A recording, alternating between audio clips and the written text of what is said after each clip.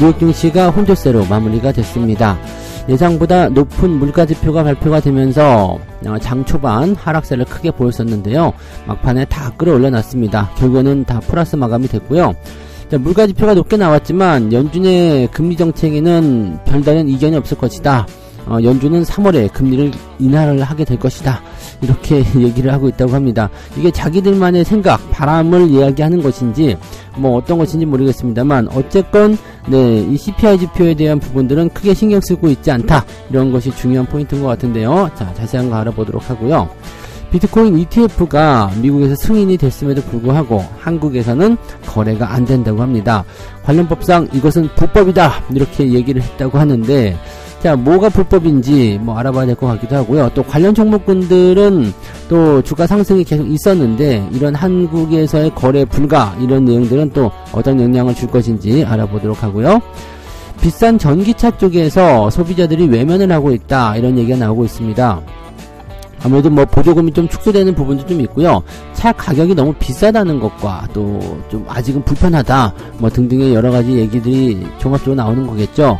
자, 전기차 판매량을 계속 확대시키고자 하는 그런 기업들의 움직임들과 또 소비자들의 외면 이런 것들이 어떻게 충돌을 하게 되는지 또 관련 종목도 있죠. 2차전지, 배터리 관련주들은 또 어떻게 봐야 되는지 알아보도록 하겠습니다.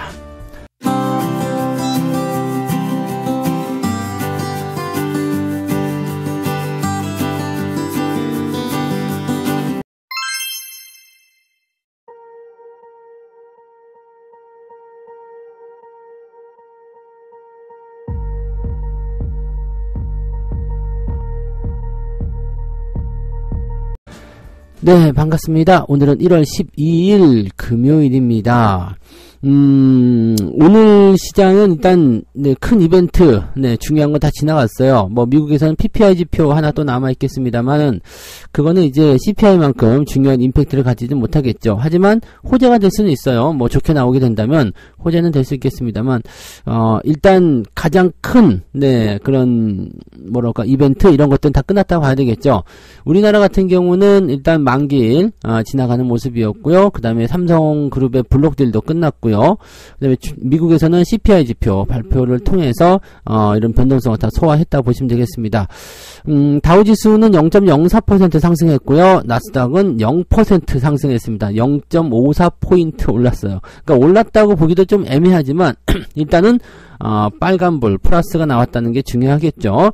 물론 캔들 패턴 자체는 음봉이에요. 하지만 밀리지 않았다는 거. 그리고 내용이 굉장히 좋은 게 그 CPI 지표 발표 이후에 쭉 빠졌단 말이죠. 그래서 11시 반 정도까지 빠지다가 쭉 다시 치고 올라가면서 장 마감 무렵에서 그냥 플러스로 마무리가 된 거예요. 이렇다는 것은 투자자들이 전혀 동요하지 않았다 이런 쪽으로 해석할 수 있기 때문에 긍정적이지 않겠습니까? 라고 볼 수 있는 내용이 좀 되겠죠. 내용 한번 볼게요.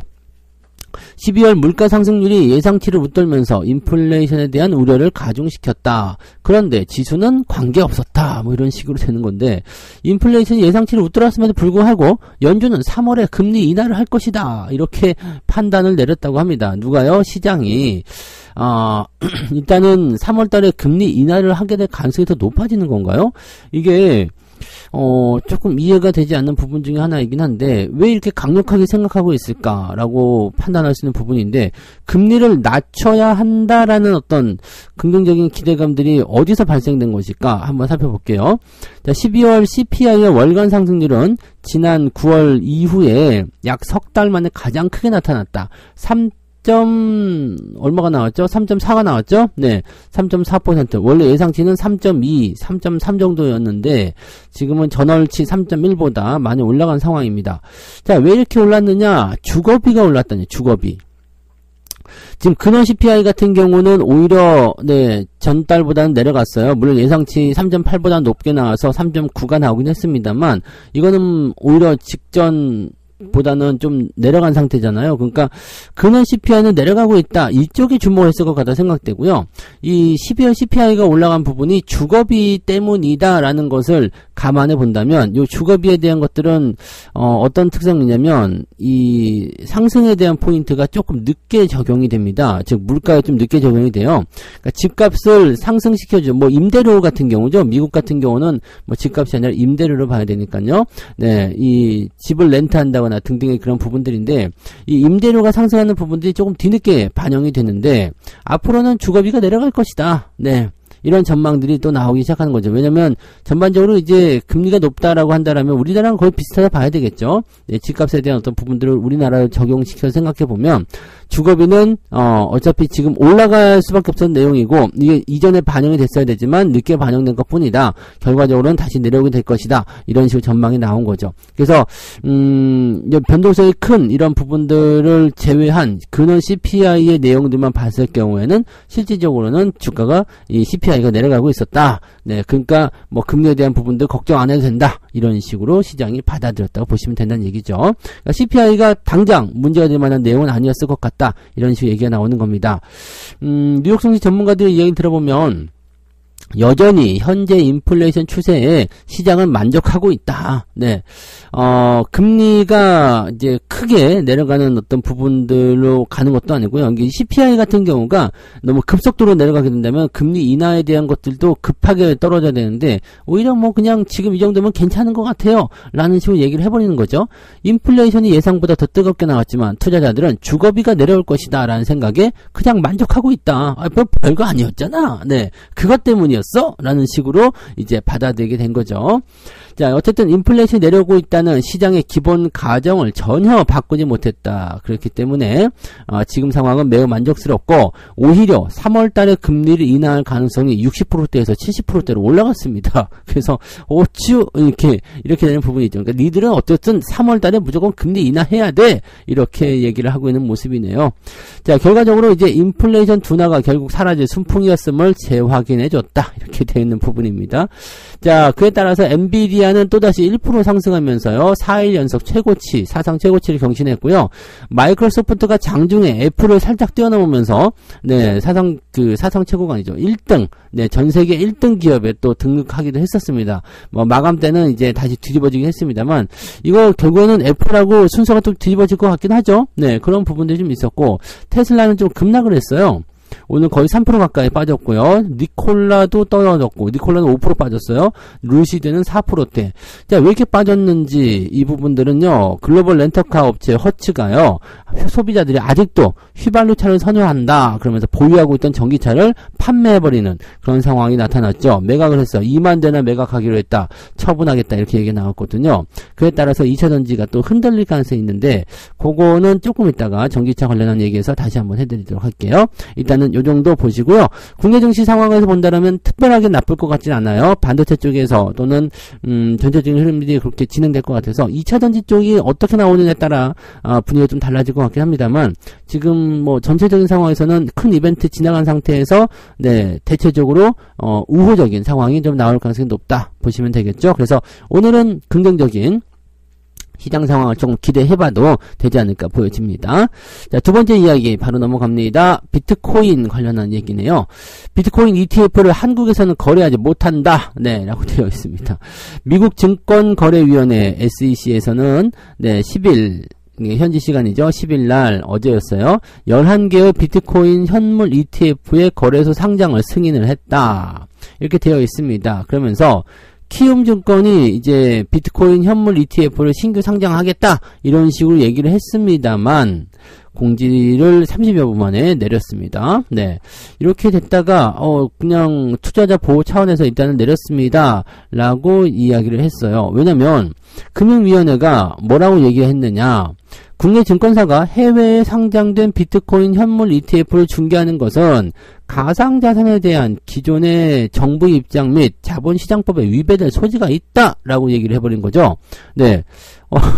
그러니까 증권사를 통해서 해외 쪽 투자를 하지 못한다 이렇게 얘기가 된다는 얘기가 되는 겁니다. 해외에서는 일단은 상장은 되어 있으니까 그러면 해외 증권사를 사용해서 해야 되는 것인가 라는 생각을 해볼 수가 있는 내용이 되는 거죠. 자, 여기까지는 일단은 뭔가 악재성 재료일 것 같다 생각이 좀 들긴 합니다. 왜냐면 국내 증권사를 통해서 해외 쪽 거래하는 거지 다른 쪽을 하고 있는 건 아니잖아요. 그러니까 이렇게 됐을 때는 일단 당장은 악재가 될 수 있는 상태가 좀 될 수 있겠는데 여기서 한번 생각해 봅시다. 자, 키움증권뿐만 아니라 다른 증권사들도 비트코인 현물 ETF를 거래하는 것은 좀 보류하고 있다. 뭐 이제 다 증권사 공지를 받으셨을 거라 생각합니다. NTS나 ATS 들어가시면 비트코인 현물 ETF 거래는 하지 않겠다. 이렇게 얘기를 하고 있기 때문에 이게 뭐 금융당국에서 이야기하는 부분들이라 증권사가 이걸 어기고 나만 할 거야 이럴 수는 없는 거잖아요. 그래서 이렇게 되어 있는 모습이라서 공지가 일단 나온 거고요.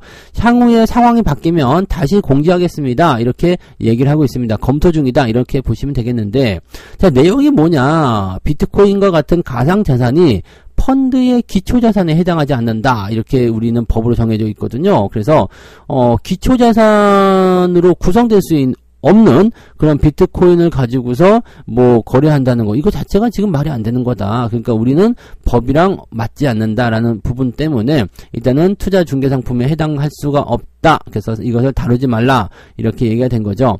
자, 일단 여기까지는 뭐 팩트로 나와 있는 거고 앞으로 어떻게 될 것인가에 대한 부분을 곰곰이 생각해 보면 비트코인 관련한 부분들에서 ETF, 현물 ETF가 승인이 되었다는 것은 주가 상승을 좀 예상해 볼 수 있는 내용이 좀 될 수 있잖아요. 왜냐면 거래소 쪽에서의 어떤 거래는 많이 늘어날 수 있죠. 지금 비트코인이 49,000달러까지 올라갔다가 지금 46,000달러, 뭐 그 정도까지 다시 내려왔다는 얘기가 있던데, 저는 코인을 안 하기 때문에 잘은 모르겠습니다만, 일단 이 급등하게 된 변동성이 계속 나타나고 있는 것 같기는 해요.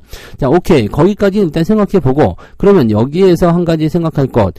거래소는 어떤가? 자, 비현물 ETF가 승인이 되고 나면, 야, 이거 뭐 자산으로 인정해 주는 거 아니야? 라는 생각을 통해서 거래가 활발해질 수가 있는 거죠. 또 비트코인의 가격이나 이런 것들이 상승할 수 있다면 거래소 쪽으로 투자하고자 하는 사람이 늘어나겠죠. 그러니까 코인 거래를 하고자 하는 사람들은 늘어나면서 거래소 관련한 부분들이, 이 거래소가 코인 거래소입니다. 이쪽으로의 어떤 활성화는 좀 일어날 수도 있다라고 생각할 수가 있잖아요. 그러니까 비트코인 거래소, 즉 그 가상자산 거래소의 어떤 지분을 갖고 있거나 직간접적으로 투자하고 있는 기업들은 지금 수혜적인 부분들이 그냥 나타날 수가 있는 거겠죠. 괜찮습니다 라고 볼 수 있는 내용이 되는 거고, 이 현물 ETF의 상장에 따른 그런 그 기대감을 가지고 있었던 그런 중개소 이런 쪽에서는 약간은 좀 부담이 생길 수가 있겠죠. 그러니까 요 내용들에 대해서는 요걸 중개하기 위해서 만약에 수혜를 입을 것이다 라고 생각했었던 그런 사례가 있었다면 그런 것들은 조금 변동성을 키울 수도 있다 보시면 되겠습니다. 그러니까 비트코인과 관련된 내용들은요, 저는 그냥 코인 그대로만 끝났으면 좋겠어요. 근데 그걸 꼭 굳이 여기 증권사까지 상장시켜서 들고 와가지고 주식시장까지 같이 이렇게 해야 될 이유가 있나? 그거를 꼭 주식으로 해야 되나라는 생각이 좀 있습니다. 그냥 하고 싶으면 그냥 그쪽을 이용해서 하면 되는 거 아닌가? 라는 생각이긴 한데, 아무튼 이렇게 좀 복잡스러운 내용이 좀 만들어졌네요. 그래서 관련 종목군들 같은 경우는 약간 이제 상승에 대한 기대감이 반감될 수 있는 그런 내용이 좀 되겠다 보여지는데, 굳이 따지고 들자면, 네, 그 뭐 증권사에서 거래 안 한다고 해서 뭐 큰일입니까? 뭐 어차피 코인 투자할 사람들은 ETF 그거 안 한다고 해서 뭐 큰 문제 없을 거란 말이죠. 그러니까 코인 거래소 쪽에서의 어떤 거래량 증가라든지 기대감 이런 것들은 그쪽으로 봐야 될 것 같아서 관련 종목군들의 움직임들은 당장 큰 영향은 없을 것 같긴 한데, 반감된다라는 어떤 그런 불안감이라든지 이런 것들이 조금은 작용하지 않겠는가. 그래서 상승 탄력을 조금 죽일 수 있는 내용이 좀 되지 않을까 보여지긴 합니다. 네, 그 정도 생각하시고요. 자, 이제 전기차 이야기 다시 넘어가 볼게요. 세 번째 이야기요. 방금 전에 말씀드렸듯이 이제 그 테슬라의 주가 하락이나 전기차 관련주들의 주가 하락이 계속 일어나고 있습니다. 거기다가 지금 중국 쪽에서의 배터리 공세 이런 것들이 지금 우리나라 배터리 업체들의 숨통을 계속 조여오고 있거든요. CATL이 중국을 제외한 다른 지역에서도 LG 에너지솔루션과 지금 시장 점유율이 비슷하게 나오고 있다. 자, 이것은 굉장히 큰 문제죠. 큰 도전이 될 수 있는 건데, 이런 상태에서 지금 전기차에 등을 돌리고 있는 소비자들이 늘어나고 있다. 전기차를 사들였던 사람들, 약간 얼리 어댑터적인 성향이 강한 소비자들이었기 때문이다 라고 되어 있는데, 이들의 구매가 끝난 현재부터는 판매량 증가를 기대하기가 어려울 것 같다. 이런 얘기가 있습니다. 전기차 판매량의 어떤 확대 이런 것들을 기대하고 있는데, 우리가 예상하기는 전기차 시장이 계속 커질 것이다. 물론 전기차 시장 계속 커지고 있어요. 전 세계 글로벌적으로 봤을 때 그거는 변함없는 수치고요. 앞으로도 계속 커질 거고 변함이 없이 진행이 될 겁니다. 다만 문제는 뭐냐면 생각했던 것만큼 빠르게 증가하기가 어렵다는 얘기가 되는 거죠. 지금 그 소비자들이 가장 문제치 삼았던 게 주행 거리를 좀 늘리는 거잖아요. 그러니까 짧은 주행 거리 좀 짜증나, 자주 충전하는 거 기분 나빠 이랬었는데, 이런 것들이 대부분 많이 해소가 됐죠. 근데 여기서 또 가장 큰 문제는 뭐냐? 역시 가격인 것 같아요. 가격이 너무 비싸다 이 얘기죠. 그래서 이 비싼 가격을 어느 정도 보조해주기 위해서 정부가 보조금을 지원해줬던 거잖아요. 자, 이 보조금 지원해줄 테니까 친환경차 많이 타세요. 이렇게 했었던 건데, 이 보조금이 점점 줄어들 것이다. 이렇게 되고 있습니다. 실제적으로 이제 그 보조금에 대한 어떤 지원 예산을 이번에 1조 7천억 정도로 확정을 했는데, 지난해보다 10% 정도 줄어들었다. 이런 얘기가 나오고 있죠. 그러니까 더 확대해가지고, 왜냐하면 자동차 가격이 너무 비싸잖아요. 이 비싼 가격을 내고서라도 또 불편함을 감안하더라도 이것을 타야 하는 이유는 가격이 어느 정도 매력적이다라는 부분과 혜택이 많다라는 부분이 있어야지 되는데, 그런 것들이 지금 나오지 않고 있다는 얘기죠. 그러니까 구매욕을 자극시키지 못하고 있다는 얘기죠. 또 문제점들이 많이 발생하고 있잖아요. 충전에 대한 어떤 인프라 부족, 그 다음에 배터리가 이제 10년 정도 지나고 나면 노후가 돼가지고 이거는 다시 해야 되는데 그때 돈이 많이 든다라든지 그런 정도의 내용들, 여러 가지 부분들을 이제 감안시킬 만큼의 싼 가격이 되어야 되는데, 가격이 뭐 일반 휘발유차보다 훨씬 뛰어넘는 모습인데 장점이 없다라고 한다면 애매한 상황인 거죠. 네. 자, 외국 같은 경우도 비슷한 상황이라고 해요. 전기차 비율이 신차의 80%에 달하는 노르웨이조차도 전기차 구매 소비자에 대한 혜택을 대폭 줄였다라고 되어 있습니다. 왜냐면 이제 여기는 이제 거의 대중화됐기 때문에 그럴 수도 있겠다 생각이 되긴 하겠습니다만, 네, 지난해부터 전기차를 대상으로 한 부가가치세와 자동차 구매세 면제 혜택 제공을 중단했다. 이것도 우리나라의 미래입니다. 네, 우리나라도 이렇게 되겠죠. 자, 그다음에 독일 같은 경우도 전기차 보조금을 올해까지, 올 연말까지 지급할 방침이었지만 안 되겠다. 그래서 지난달에 폐지해버려서 올해부터는 안 줍니다.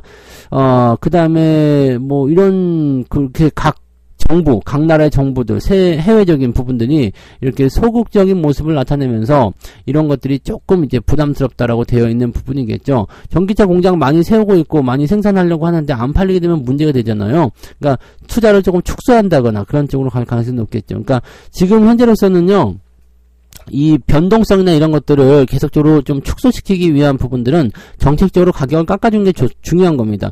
가격이 싼 게 매력이 아니겠습니까? 라고 어필이 돼야 된다는 얘기죠. 그래서 그런 내용들 보셔야 되는 거고요. 자, 지금 우리는 총선이 있기 때문에 이 관련 종목군들에 대한 부분들은 또 어떻게 정부 정책을 진행할 것이냐, 여기에 따라 달라지겠죠. 여전히 불확실성이 예측된다라고 되어 있습니다. 그래서 글쎄요, 뭐 해외도 지금 어중간한 상황에서 판매가 잘 안 되는 상황이라면 약간은 좀 부담스러워지지 않겠느냐라는 식으로 얘기가 될 수밖에 없지 않겠습니까? 그래서 이런 내용들은요, 약간 좀 답답하다라고 생각할 수밖에 없는 내용이 될 것 같아요. 왜냐면 지금 당장 뭔가 될 수 있는 부분도 아니고요. 또 그 도전은 계속 들어오죠. 네, 지금 중국 쪽 도전 들어오고 있고, 그 다음에 투자자들도 이제 다른 쪽으로, 왜냐면 주가가 잘 안 올라가면 돈을 좀 돌리게 되어 있잖아요. 그러니까 이런 쪽으로 해가지고 관련 종목군들의 움직임들이 조금 애매할 것 같고, 해외 쪽에서는 지금 테슬라 계속 떨어지고 있는 상태에다가 막 난리가 아니잖아요. 그러니까 2차전지 관련한 종목군들의 움직임들이 계속적으로 좀 부담스럽거나 걱정스러운 상황이 만들어지면서 그쪽에 형성되어 있었던 단단한 그런 성벽이 조금씩 균열이 가는 것이 아니겠는가, 이런 생각이 듭니다. 그래서 그런 것들이 만약에 부담감을 표현을 하게 된다면 이제 시장에 큰 변화가 일어날 수도 있겠다. 어쨌든 2차 전지는 저는 뭐 지금 뭐 나중에 뭐 어떻게 될지 모르지만 지금은 매수하고 싶은 생각이 여전히 없습니다. 그래서 그런 부분들이 있다는 것을 참고하시면 좋을 것 같아요. 네. 자, 이렇게 해서 오늘 세 가지 이야기 전달해 드렸습니다. 예상보다 높은 물가지표에 시장이 잠시 출렁거렸습니다만 다시 다 회복해놨다. 뭐 상관없어요. 네. 그래봤자 니들이 3월에 금리 인하하는 것은 변함없는 사실이야. 이렇게 얘기를 나가버리네요. 시장이 그냥 일단은 네, 고집이 좀 있는 것 같아요. 자, 비트코인 ETF가 한국에서는 거래가 안 된다. 그래서 관련 기업들이 뭔 영향이 있겠는가 생각했지만 뭐 일단은 심리적인 부분에서 영향이 있을 수 있습니다만 뭐 큰 변화나 이런 것들을 생각하실 필요는 없을 것 같아 보입니다. 다만 이제 약간 심리적인 부분에서 부담감이 있기 때문에 상승을 하게 된다면 상승폭이 조금 둔화된다거나 그런 쪽으로 변화는 있을 수 있겠다 판단됩니다.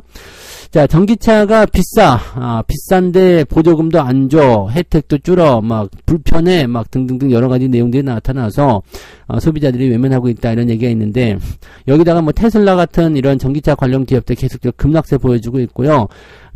배터리 시장도 중국한테 지금 침공당한다고 그러잖아요. 이제 도전을 계속 받고 있는 모습이라서 안팎으로 지금 굉장히 힘든 상황이다 보여집니다. 2차전지 관련 종목군들의 움직임들이 조금 부담될 수 있다는 것을 생각해 주셔야 될 것 같아요. 네, 이 부분들 잘 체크해 주시기 바라고요.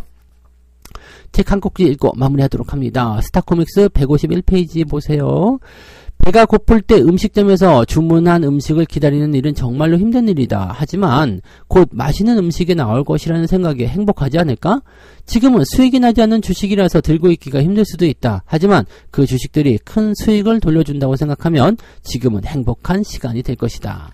우리가 적금 넣을 때도 만기에 얼마를 탄다라는 행복한 생각, 기대감 때문에 적금을 넣는 거잖아요. 그죠? 주식도 마찬가지예요. 내가 이 주식을 지금 사놓고 당장은 수익이 아니겠지만 결과적으로는 꾸준히 좋아질 것이야 라고 생각하신다면 그 주식을 갖고 있는 것 자체가 지금 당장은 수익이 많지 않더라도 또는 손실이 나고 있더라도 네, 여러분들이 긍정적인 기대감으로 주식을 기다려줄 수가 있는 거겠죠? 다 이렇게 하시는 거 아니겠습니까? 그죠?